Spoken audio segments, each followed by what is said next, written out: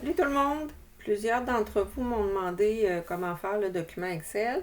Donc, je vais vous expliquer ça.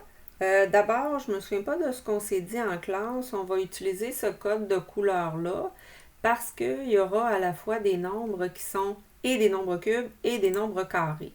Donc, pour éviter, pour que ce soit facile en fin de compte, on va les différencier de cette façon-là. Fait que les nombres carrés, on va les mettre en rouge. Les nombres cubes, on va les mettre dans une case bleue. Les diviseurs de 24, on les surligne, souligne. Et les multiples de 24, on va les mettre en caractère gras. Là, comme ça.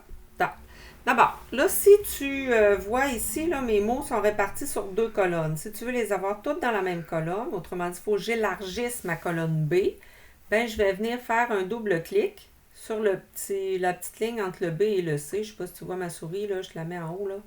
Donc, elle change de forme quand elle arrive sur la ligne entre B et C. Je fais clic-clic et la colonne va s'ajuster exactement.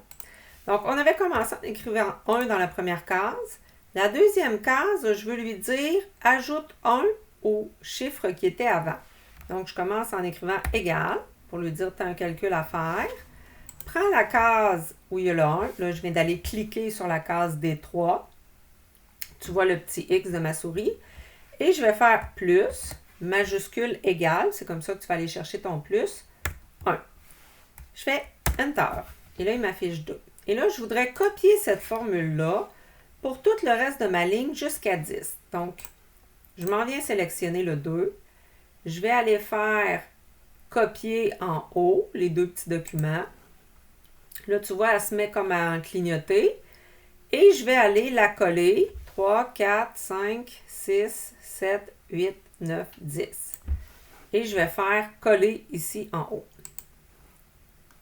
Donc, tous mes chiffres apparaissent. Maintenant, là, si je veux arrêter le clignotement, je vais faire échappe, escape.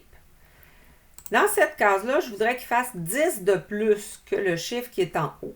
Donc, il y a un calcul à faire. Je commence par égal. Je lui dis de prendre la case d'en haut, donc des 3, et d'ajouter majuscule égale, pour aller chercher ton plus, 10. Enter.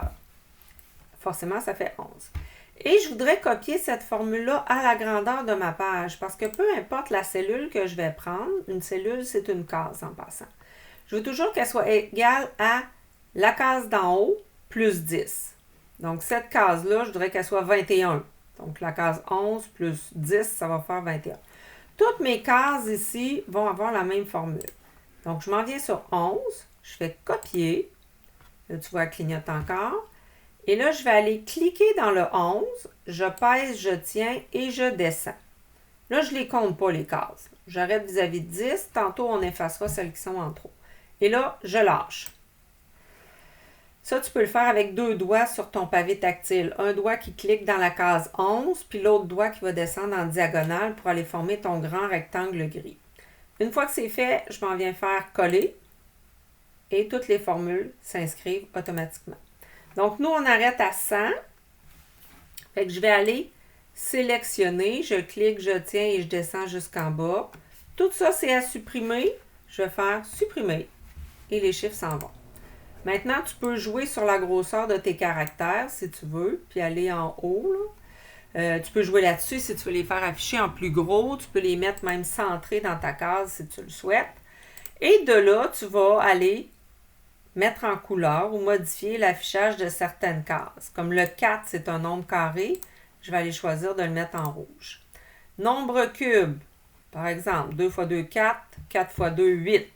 8, c'est un nombre cube, je dois le mettre dans une case bleue. Je vais aller chercher mon petit pot de peinture. Les diviseurs de 24, bien, il y a sûrement 1 qui est diviseur de 24. Donc, je vais aller mettre mon 1, je le sélectionne et je vais prendre le caractère souligné qui est ici en haut. Et les multiples de 24, bien 24, c'est sûrement un multiple de 24. Je vais aller chercher caractère gras en haut. Donc, tu passes au travers de tout ton tableau, de tous tes chiffres comme ça, et ça devrait bien aller. Je te souhaite un très beau travail.